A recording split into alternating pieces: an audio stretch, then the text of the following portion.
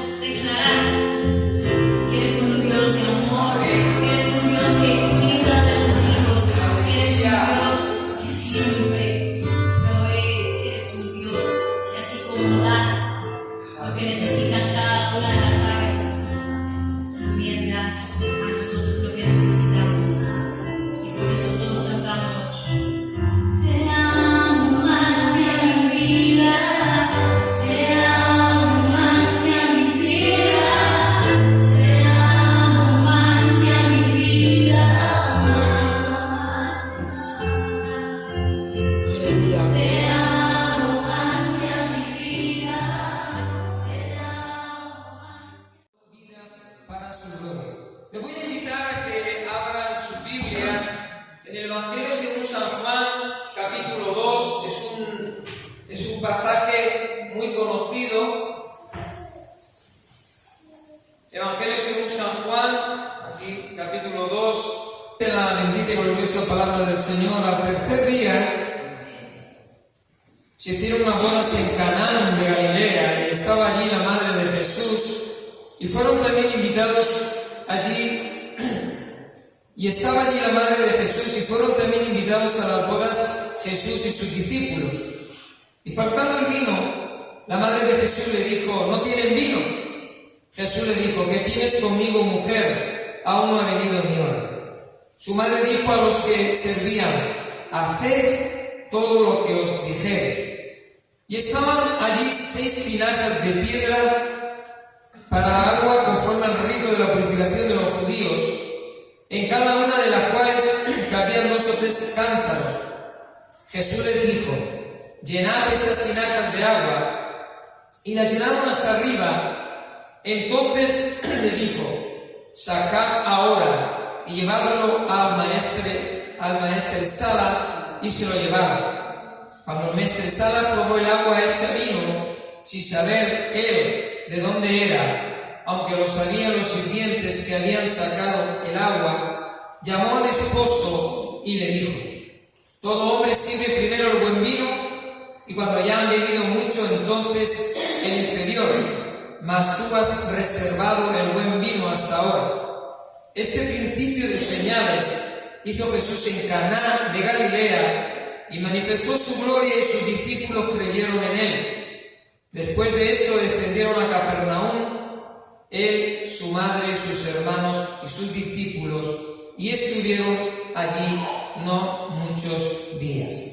Señor, te doy gracias por tu palabra, que es viva, eficaz y es santa y cortante, como una espada de doble filo. Dios mío, te suplico que me ayudes a exponerla y todo lo que haya en mi corazón pueda compartírsela a tu pueblo. Eso sí, Dios, prometo una vez más darte a ti la gloria, darte a ti la honra, la alabanza, el imperio y el poder por los siglos de los siglos. Amén. Bueno, queridos hermanos, el poder que transforma las vidas. El poder transformador de Dios, y ahora en este tiempo Dios sigue transformando vidas. Bueno, la historia, mire, esta historia de la boda de Caná de Galilea, donde Jesús, nuestro Señor y Salvador Jesucristo, convirtió el agua en vino, es una historia muy conocida tanto dentro del mundo cristiano como fuera del mundo secular. Es una historia muy conocida por cuanto, queridos hermanos, muchas personas en alguna ocasión de su vida han podido escuchar acerca del primer milagro de Jesús, donde convirtió el agua en vino. Ahora bien, es importante destacar, queridos hermanos, que la presencia de Jesús es fundamental, al igual que fue fundamental la transformación del agua en vino. Como bien hemos leído, este fue el primer milagro de Jesús en su ministerio terrenal y precisamente en una boda. Lo que es cierto y es verdad, iglesia, que me llama la atención que Jesús en su primer milagro no hizo un milagro de sanidad, no levantó a ningún paralítico, ni tampoco hizo algo sobrenatural, aunque esto no deja de ser un milagro sobrenatural. Ni tampoco, queridos hermanos, en su primer milagro Jesús hizo una liberación donde expulsó a espíritus inmundos. No. El Señor, queridos hermanos, es lo que hace que de unas tinajas que fueron llenas de agua, de una forma sobrenatural, convirtió ese agua en vino. Y en un vino especial, en un vino de muy buena calidad. Bien, dice las Escrituras, queridos hermanos, que al tercer día se hicieron unas bodas en Caná de Galilea. Ahora bien, no voy a entrar, queridos hermanos, para hacerles pesado acerca del tercer día o detallar lo que es el tercer día dentro de lo que es la numerología hebrea. No he querido entrar, no voy a entrar en esto, sino más bien decirles que todo este suceso ocurrió en los últimos días de febrero o en los primeros días de marzo del año 27 después de Jesucristo. Y estaba allí la mamá de Jesús. Fueron también a esa boda invitados Jesús y sus discípulos. Probablemente, iglesia, los discípulos que estuvieron allí invitados con Jesús fueron Andrés, fue también Juan, Pedro, Felipe y Natanael. Sin embargo, queridos hermanos, en el transcurso de la celebración, teniendo en cuenta que una boda judía solía durar varios días, incluso una semana, María se percata, se da cuenta que los anfitriones, los convidados, ya no tenían vino. El vino se había agotado y no podían ofrecerles más vino a sus invitados. ¿Por qué? Porque no tenían. El vino se había agotado, se había acabado antes de que finalizara la fiesta. Y de esta manera la fiesta no podía continuar. Y esto podía llegar a ser una vergüenza. La falta de vino, queridos hermanos, en una boda, tampoco voy a entrar si era jugo de uvas o si era el vino fermentado, porque no quiero perder la esencia en esta tarde lo que os quiero transmitir. Lo que es cierto y es verdad que Jesús hizo un milagro sobrenatural y convirtió el agua en vino. Sin embargo, queridos hermanos, la fiesta no podía continuar y esto podía ser una vergüenza. Mire, cuando faltaba el vino en una boda, esto era una falta muy grave en el ámbito social. ¿Por qué? Porque el vino era parte esencial de esta celebración de este calibre. Ustedes se imaginen, queridos hermanos, ¿quién no ha hecho una celebración, verdad, en su fiesta? Antonio fue la última que estuvimos allí, en aquel restaurante, ¿verdad? Vosotros imaginaos, yo también hice una fiesta, hice una cena en Acoy, mis padres, mi suegro y poco más. Tampoco estamos para pedir fiestas, cualquiera quiere un convite. Pero ustedes imagínense que en el día de su fiesta, ¿verdad? Usted está ahí y de repente en el primero o segundo plato llega el encargado del convite y le dice: oye, que no hemos quedado sin chuleta de cordero.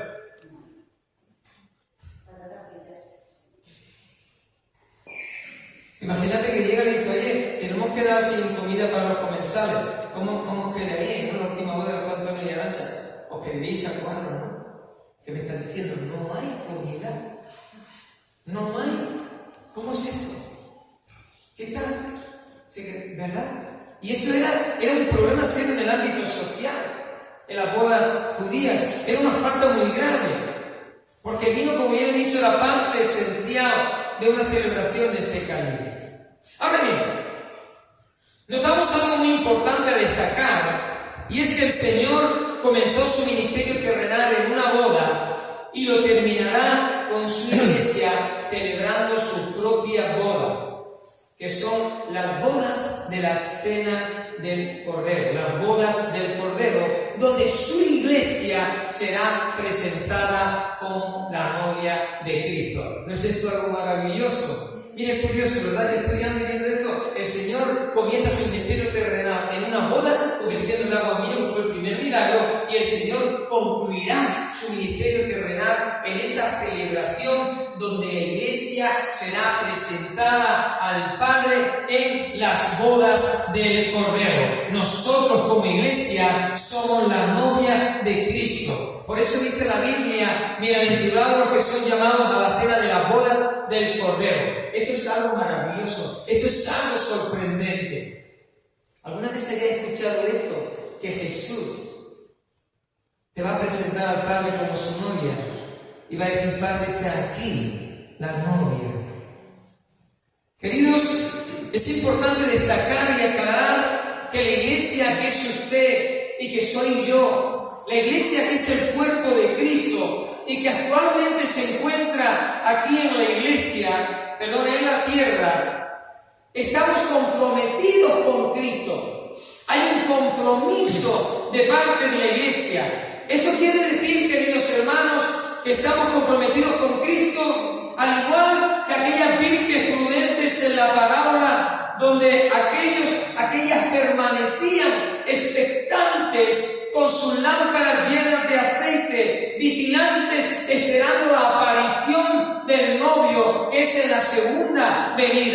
el arrebatamiento de la iglesia, queridos hermanos, entonces será cuando Cristo viene a reclamar a su novia y se la lleva, como viene dicho, a la casa del Padre para presentársela con el fin de consumar las bodas del Cordero.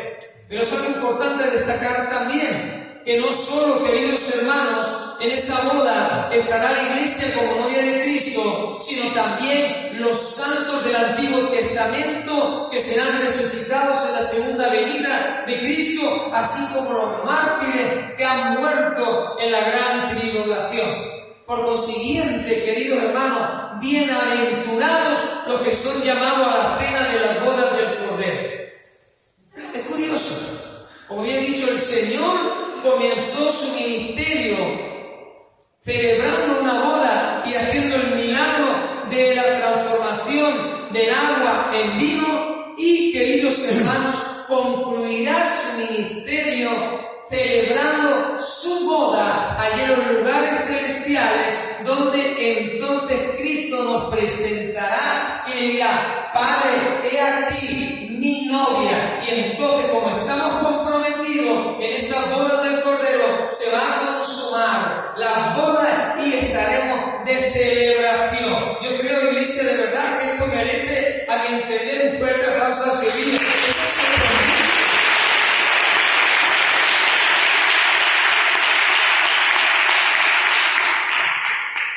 Lo cierto y verdad, queridos hermanos, que Moisés convirtió el agua en sangre, mostrando que la ley termina en muerte, porque la ley denuncia el pecado. Pero en el primer milagro que Jesús hace en la boda de Canaán de Galilea, cambió el agua en vino, mostrando gozo, mostrando alegría. ¿Por qué? Porque ahí Dios, Jesús, que es Dios, hace una nueva alianza con el ser humano. Esto demuestra lo que Juan el Evangelista dijo: pues la ley por medio de Moisés fue dada, pero la gracia y la verdad vinieron por medio de Jesucristo. Escuchen bien atento, queridos hermanos, este primer milagro de Jesús no solo anuncia, queridos hermanos, su ministerio terrenal, sino que también tenía un propósito muchísimo mayor. El primer milagro donde Jesús convirtió el agua en vino, también, queridos hermanos, nos habla del propósito de la redención. De ahí que en la cena pascual, en el Shabbat, cuando Jesús está con los discípulos y entre ellos Judas, no se lo pierdan, aleluya, Judas estaba con ellos y Dios sabía que lo iba a vender. Sin embargo, nunca hubo una palabra de desprecio, nunca hubo una palabra en contra de ese hombre, aun sabiendo que lo iba a vender. Él dijo: cada vez que comiereis de este pan y bebéis de esta copa, la muerte del Señor anunciáis. Cuando, queridos hermanos, miramos este pasaje con el prisma espiritual, desde una óptica espiritual, entendemos que el propósito de Jesús al convertir el agua en vino también nos habla acerca de un propósito mucho mayor, que es el propósito de la redención del ser humano. Cristo ya estaba anunciando, queridos hermanos, que Él había venido no simplemente para convertir un agua en vino, sino para darte a ti un vino mucho más especial, que es el vino del Espíritu Santo. Bueno, María le dijo a Jesús: no tienen vino, haz algo. Jesús, se han quedado sin vino. Probablemente, dicen algunos comentaristas bíblicos, que María, quizás, hipotéticamente hablando, dicen algunos eruditos, que puede que era familiar de alguna de las partes de los contrayentes. Por eso estaba realmente tan de esa manera. ¡Ay, qué vergüenza! Se han quedado sin vino los comensales. Al igual que dicen, queridos hermanos, que José no se menciona porque probablemente, con toda probabilidad, ya habría muerto. Bueno, María ve que les falta vino y se acerca a Jesús y dice: haz algo. Y como era familiar probablemente de algunos de los invitados, esta fue la razón o el motivo por el cual acudió a su hijo en busca de ayuda. Sin embargo, Jesús le contestó: ¿qué tengo yo contigo, mujer? Mi hora aún no ha llegado, mi tiempo aún no ha llegado. Ahora bien, el término mujer, queridos hermanos, no es un término despectivo. Todo lo contrario, que tienes conmigo, mujer, es un término, queridos hermanos, de respeto. Era un término de respeto, y es que lo que es cierto y es verdad, que el que debía dictaminar el tiempo donde el Señor tenía que manifestar su ministerio público por medio de prodigios, por medio de señales y milagros, era por medio, o esto realmente le correspondía al Padre y no a María. La dirección tendría que venir de Dios. Jesús estaba allí, y no para hacer lo que mamá quería que hiciera, sino más bien para llevar a cabo la voluntad del Padre. Él estaba ahí, tenía que hacer lo que el Padre quisiera que hiciese, y no María. La verdad, queridos hermanos, es que Jesús no vino al mundo, queridos hermanos, para resolver este tipo de problemas de convertir el agua en vino. Se trata, ¿me escuchan bien? Se está grabando la tira. Bueno, si tuviera un tiempo más predicando, diría: hoy es una señal del cielo, hay que terminar ya el mensaje. No recuerdo en una de las veces que estuvimos en una campaña evangelística, y aquel día tuvo que ministrar la palabra a nuestro hermano Blas, y bueno, eso fue un tiempo precioso, fue un tiempo maravilloso, y de repente 2 horas de mensajes donde estaba predicando este varón de Dios, y de repente, queridos hermanos, entraron unas ranas, y el hermano dice: oye, esto es una señal profética, pónganse de pie, vamos a salir. Y yo tuve que ponerme de pie y decirle: Blas, déjese de mi pueblo, para terminar, no hay manera, ¿ya les digo? Que eso no es verdad, ¿eh? Muchas gracias.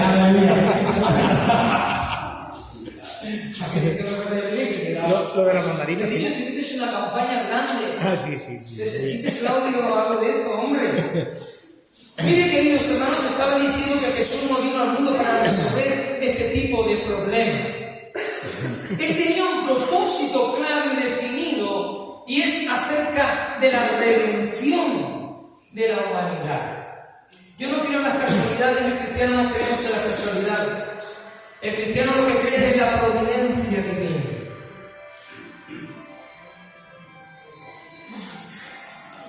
Hay una señal. Apaga el móvil, por favor. ¿Quién fue la del móvil? Apague los móviles, haga un WhatsApp por ahí.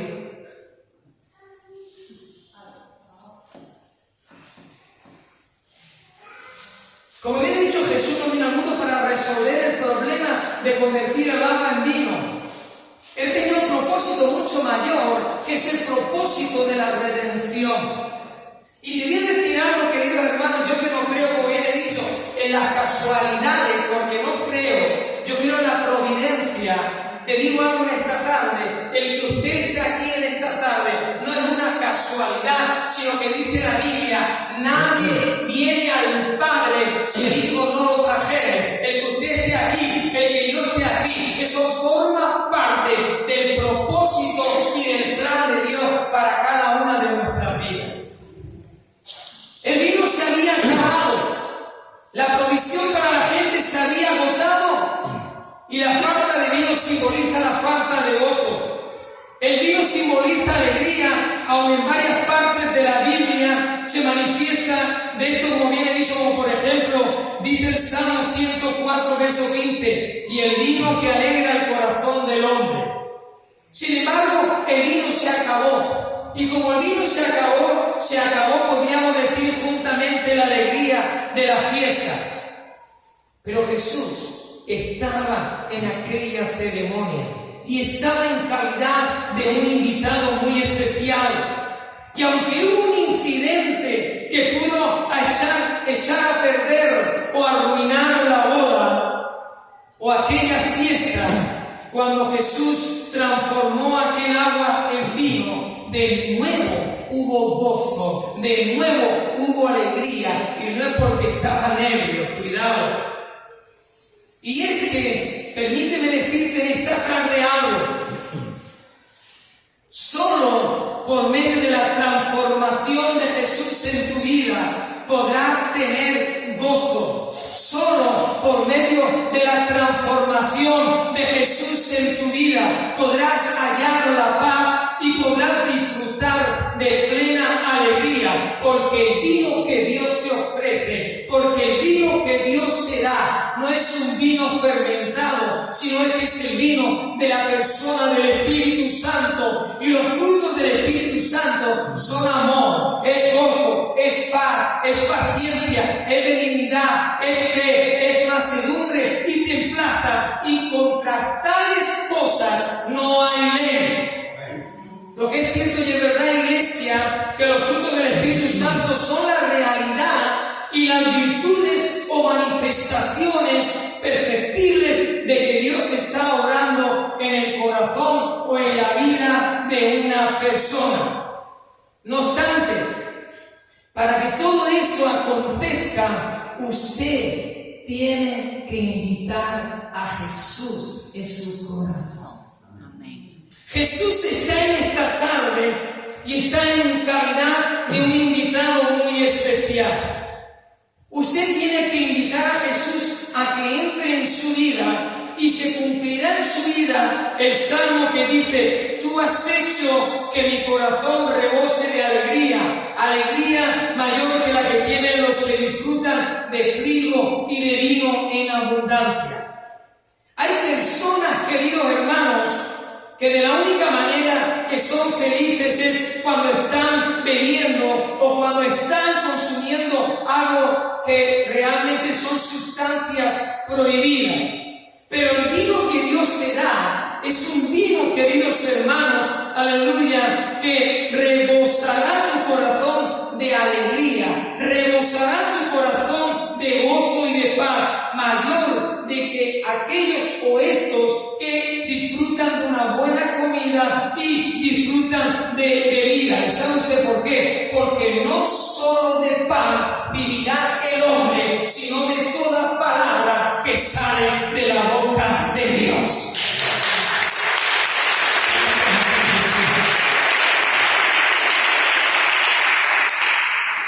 Hay un verso, queridos hermanos, que dice: más vale un bocado de pan en la casa del pobre, donde hay un gran banquete y hay discordias. No, está controlado, no te preocupes, Adela. Ese no pasa nada. Podemos hacer como aquel que estando en las prédicas se quedó dormido, cayó y tuvimos que orar para que... No, eso es broma.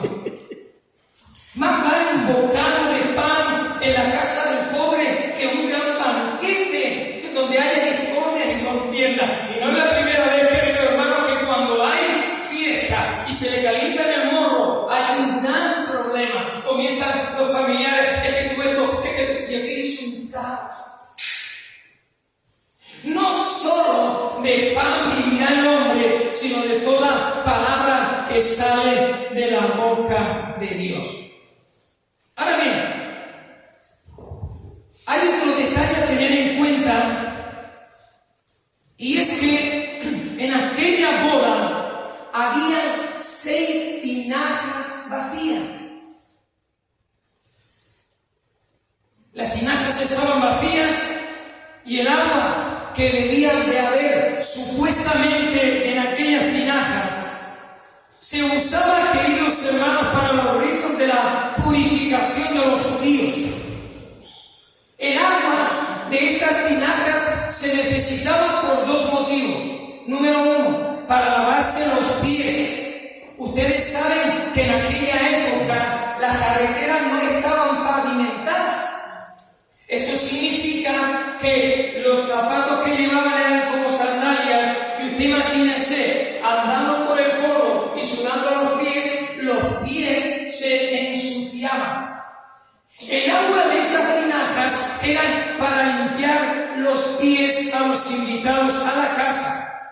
Al igual que el segundo punto, el agua, queridos hermanos, eran para lavarse las manos antes de comer y entre platos.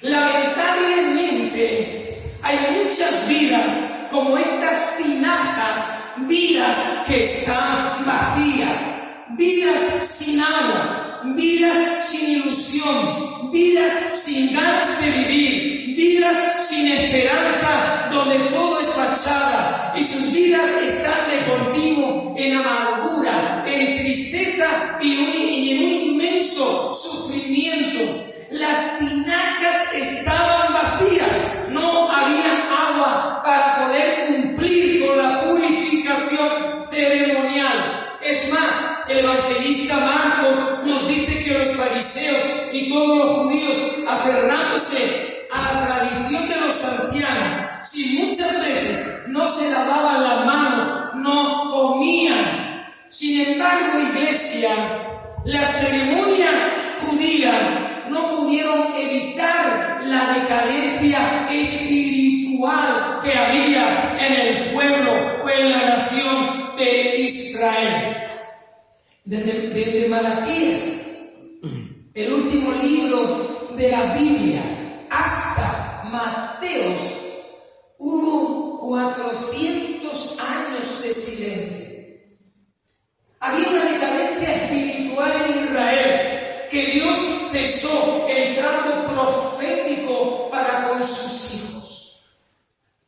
La purificación, la religión no podía satisfacer la necesidad que había en el hombre.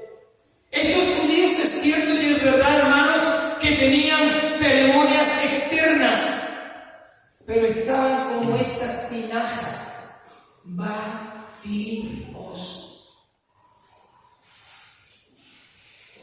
Jeremías dice: porque dos males ha hecho mi pueblo. Me dejaron a mí fuente de agua viva y cavaron para sí cisternas rotas que no retienen agua. Lamentablemente, tristemente, los hombres buscan su propia fuente de satisfacción y muchos no van a Jesús, que es la verdadera fuente de agua viva. Y en su afán, en tratar de encontrar de alguna manera el poder conseguir llenar ese vacío existencial, es inútil, porque sus cisternas no retienen agua. Iglesia, hay personas que en su desesperación buscan cómo satisfacer o aplacar su sed interior por medio de cisternas rotas. Y podríamos llamar las cisternas rotas, no hay niños, las cisternas rotas del placer sexual. Hay personas que intentan aplacar su sed interior con la cisterna rota del dios Mamón, el dinero. Hay personas que tratan de saciar su sed interior por medio de la cisterna rota de la religión. Yo no sé realmente y espero que ninguna de estas cisternas sea de usted, pero te digo algo en esta tarde. Jesús está aquí como un invitado muy especial y está en calidad de invitado y te dice: al que tuviera sed, yo le daré gratuitamente de la fuente del agua de vida. No puedes salir de esta tarde.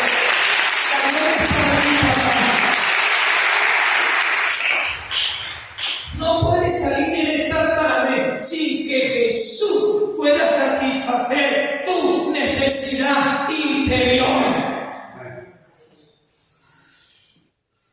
Jesús es el motivo de mi existencia.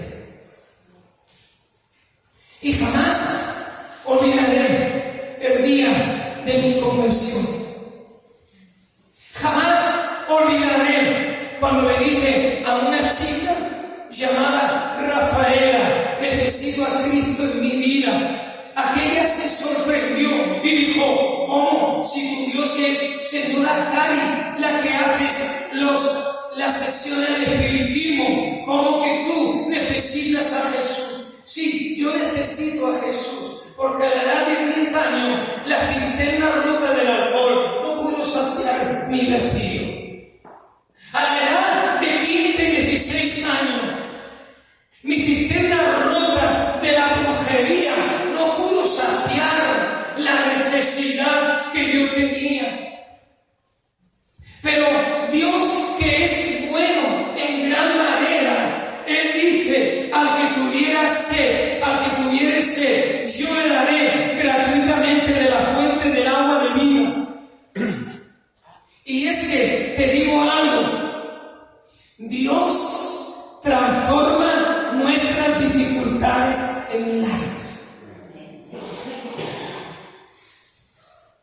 Os he hablado de la introducción del mensaje, pero no voy a ser pesado, por si la van a entrar. Punto 1, queridos hermanos, que quiero tratar brevemente. Dios transforma nuestras debilidades en milagros. La verdad, queridos hermanos, que lo ocurrido en aquel convite o en el convite de aquella boda era una situación desagradable e incómoda, diría yo. Incluso sería una vergüenza para los organizadores del banquete, para aquellos que estaban preparando el convite al faltarles el vino.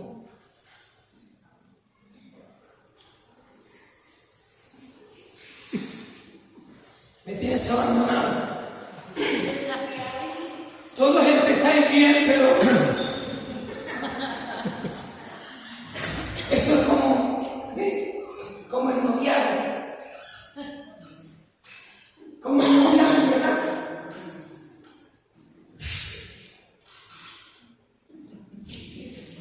Yo he ido a Ascoya a ver a mi novia con la bici pinchada. ¡Qué bonito! Y cuando cogí la moto, como era un crío, y venía a la Ascoya de noche, esto es verídico, todo así que se me cayó el tubo de escape de la moto, y la moto me dio.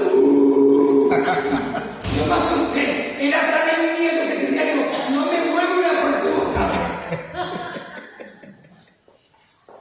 Uno hace locura por ver a su novia, ¿verdad?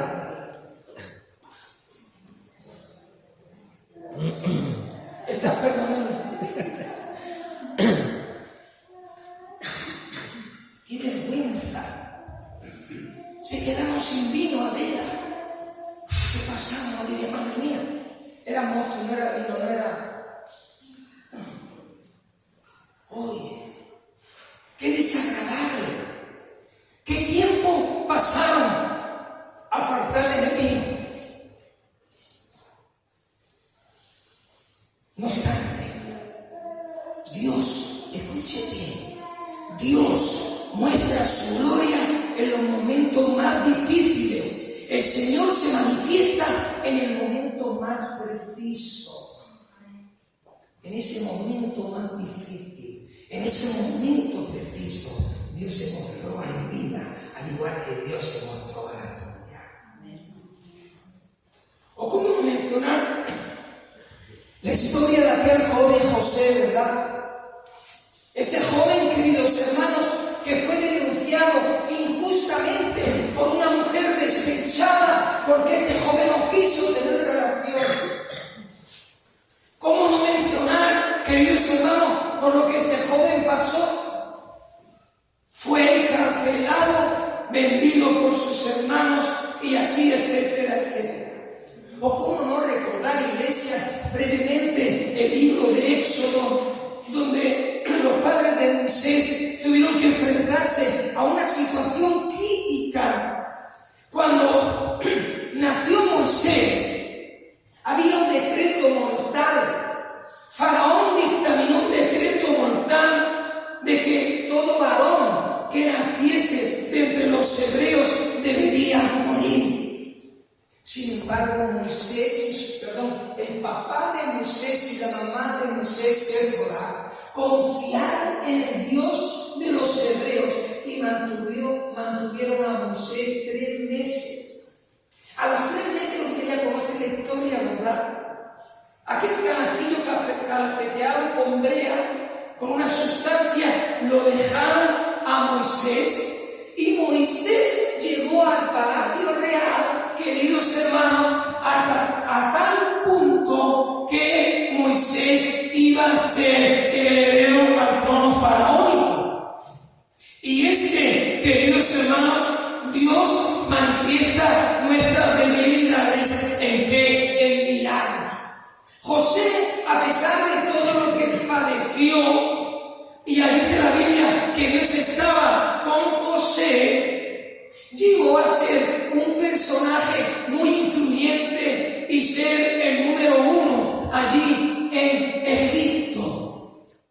Dios muestra su gloria en los momentos más difíciles. El Señor se manifiesta a nuestra vida o en nuestra vida en el momento más preciso.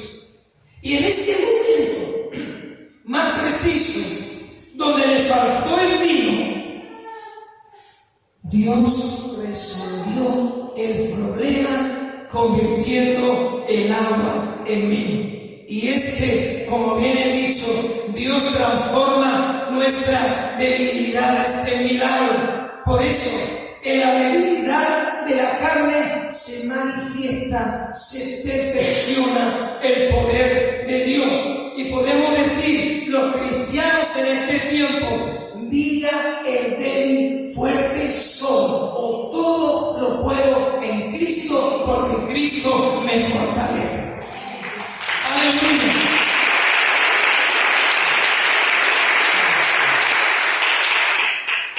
Ahora bien, para ir concluyendo, le voy a hacer una pregunta que es el segundo punto. ¿Veis que regresó?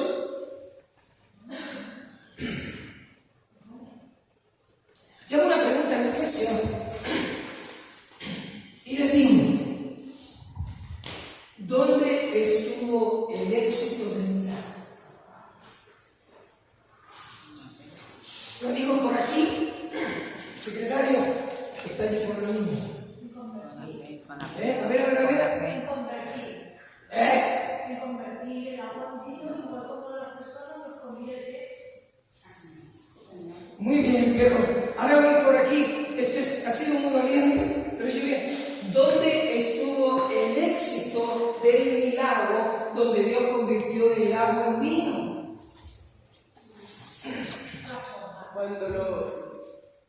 Cuando los sirvientes llenaron las tinajas vacías. Cuando los sirvientes llenaron las tinajas vacías. Con la fe, ¿no? Con la fe.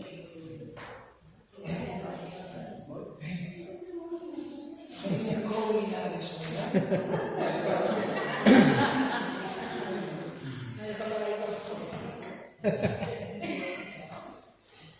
Menos mal que me he dicho que voy a regalar un jamón si no lo veo. El éxito del milagro, aunque éxito no es una palabra que me gusta, el éxito del milagro estuvo en la obediencia. La mamá de Jesús dijo a los que servían, haced todo lo que os dijere. Fue entonces cuando Jesús dijo, llenad estas tinajas de agua, y las llenaron, dice la Biblia, que las llenaron hasta arriba. Observamos a la luz de este versículo que las tinajas fueron llenas hasta arriba, y esta actitud o esta acción de los sirvientes es un patrón de fe y de ¿qué? De obediencia. Y gracias a la obediencia de aquel del gozo del milagro. Es decir, todos los convidados, todos los comensales fueron especialmente bendecidos porque primeramente los siervos obedecieron. Es decir, el milagro se hizo. ¿Por qué? Porque los sirvientes obedecieron a la palabra de Jesús. Llenad las tinajas. La mamá le dijo, haced todo lo que él os dijera. Las tinajas estaban vacías. Y déjame decirte algo, el tener que llenar las tinajas no era algo fácil, aunque puede que pareciera fácil. El tener que llenar las tinajas para nada era fácil, en absoluto, ni era fácil, ni era cómodo. ¿Por qué? Porque no disponían de los medios que disponemos ahora, tú y yo, ni siquiera tenían agua potable. Yo me imagino que tenían que ir a una fuente a recoger el agua y tener que llenar las tinajas. No era para nada fácil, no fue para nada cómodo. Todo este proceso no fue cómodo, sino más bien incómodo. Esto era un proceso, iglesia, que requería de esfuerzo. La orden de Jesús fue llenar las tinajas. Y cuando obedecemos al Señor, Él no pasa desapercibido. Él siempre tiene una recompensa de su parte. El Señor siempre tiene una respuesta para aquellos que le obedecen. ¿Por qué? Porque la obediencia trae consigo bendición, ya que si hoy oyereis atentamente la voz del Señor tu Dios para guardar y poner por obra todos sus mandamientos que yo te prescribo hoy, también el Señor tu Dios te exaltará sobre todas las naciones de la tierra y vendrá sobre ti todas estas bendiciones y te alcanzarán si oyeres la voz del Señor tu Dios. La bendición viene por el oír, pero no solo el oír, sino también el obedecer, porque Dios no quiere oidores olvidadizos, sino Dios lo que quiere es hacedores de su palabra. El éxito, entre comillas, estuvo, queridos hermanos, a que estos sirvientes respondieron al mandato divino de Jesús. Y es curioso, leyendo y meditando, me llama la atención que estos sirvientes no le preguntaran a Jesús, ni tampoco le cuestionaran a Jesús, sino se limitaron a obedecerle. Ahora bien, tengamos en cuenta que Jesús aún no era popular. Jesús aún no era conocido. Ni sus discípulos habían visto milagros. El Señor no era popular. Este fue el primer milagro cuando convirtió el agua en vino. Él no había mostrado su poder por medio de milagros aún. Y permíteme decirte que las tinajas, aproximadamente, uno dice 100, otros 75, eran de una capacidad de 75 aproximadamente litros de agua, y como bien he dicho, no era nada fácil tener que llenar. Sin embargo, estos sirvientes, sin cuestionar nada de nada, obedecieron. Ellos podrían haber dicho, bueno, pero ¿quién eres tú? Jesús. Pero si tú tan simplemente eres un invitado más, ¿quién eres tú para darme a mí órdenes de que echemos agua? Pero no fue así. Estos sirvientes, estos siervos, sin rechistar, sin pronunciar palabra alguna, obedecieron al mandato de Dios. Y es que, voy terminando, cuando seguimos las instrucciones de Jesús por medio de la obediencia, vemos las bendiciones de Dios. Por consiguiente, queridos hermanos, cuán importante y necesario es estar dispuestos y dispuestas siempre a hacer la voluntad de Dios. Ahora bien, observamos nuevamente que estos sirvientes vuelven a obedecer de nuevo a Jesús. Y Jesús le da otra nueva orden y le dice: ahora sacad el vino y llevárselo al maestro Sala o al maestro de ceremonias del banquete. Es importante destacar, iglesia, que los siervos de Dios, los siervos del Altísimo, no estamos para cuestionar nada acerca de Jesús ni de sus instrucciones, sino para obedecer sus mandamientos.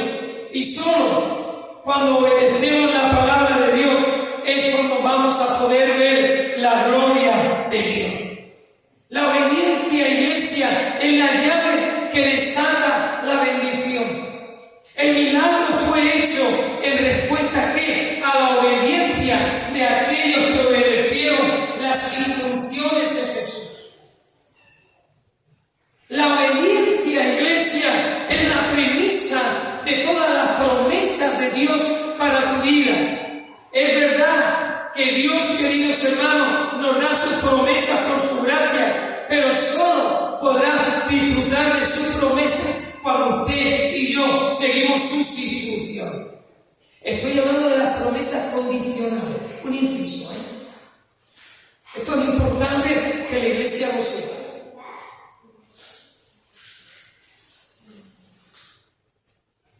Permítanme. Están las promesas condicionales, que son promesas que Dios te pide o te dice condiciones. Si tú cumples, yo cumplo.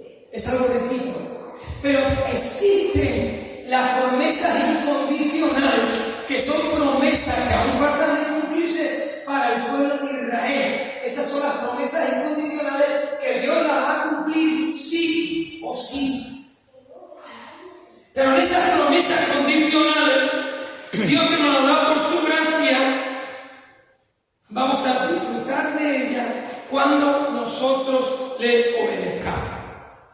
Y decirles, iglesia, que Jesús es nuestro modelo de obediencia. Sí, Jesús es nuestro modelo de obediencia. Por eso dijo: mi comida es que haga la voluntad del que me envió y acabe su obra. El propósito de Jesús siempre era el obedecer a quién, al Padre. Solo cuando obedecemos al Padre veremos su gloria. Solo cuando los sirvientes obedecieron, el agua se pudo convertir en vino. Y cuando le llevaron el vino al maestresala o al maestro de ceremonias para que éste lo probara, sin saber que era agua transformada en vino, llamó al esposo y le dijo: todo hombre sirve primero el buen vino, y cuando ya ha bebido mucho, entonces le sirve el de menos calidad. Mas tú has preservado el buen vino. Es curioso. A mí me fascina esta historia, porque Dios reveló su gloria por medio del vino, cuando transformó el agua en vino. Dios nos ha llamado a que seamos obedientes a su palabra. De ahí la exhortación de Lucas, cuando nos dice: ¿por qué me llamáis Señor, Señor, y no hacéis lo que yo os digo? Por eso tenemos que afirmarnos a Cristo. Y tenemos que afirmarnos a Cristo como Señor. Y solo cuando nos afirmamos a Cristo, cuando nos sometemos a Cristo y al señorío de Cristo, esto significa vivir una vida de obediencia. Y ahora sí, para concluir, ahora sí.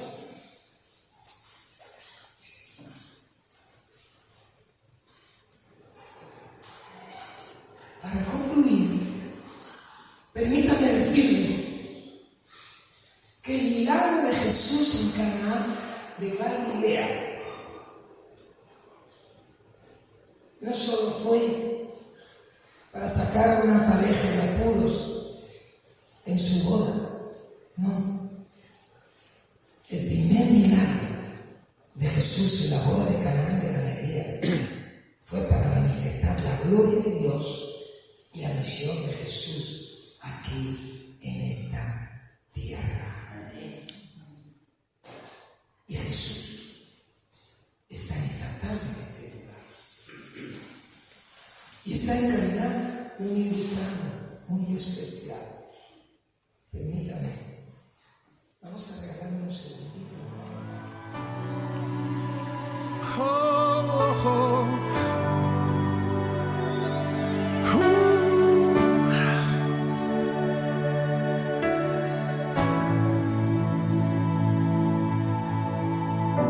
Mi corazón rebosa de palabras buenas. Dedico a ti esta canción. Mis labios cantarán esta poesía a ti, a ti. Mi corazón rebosa de palabras. ¿Me ayudan? Dedico a ti esta canción.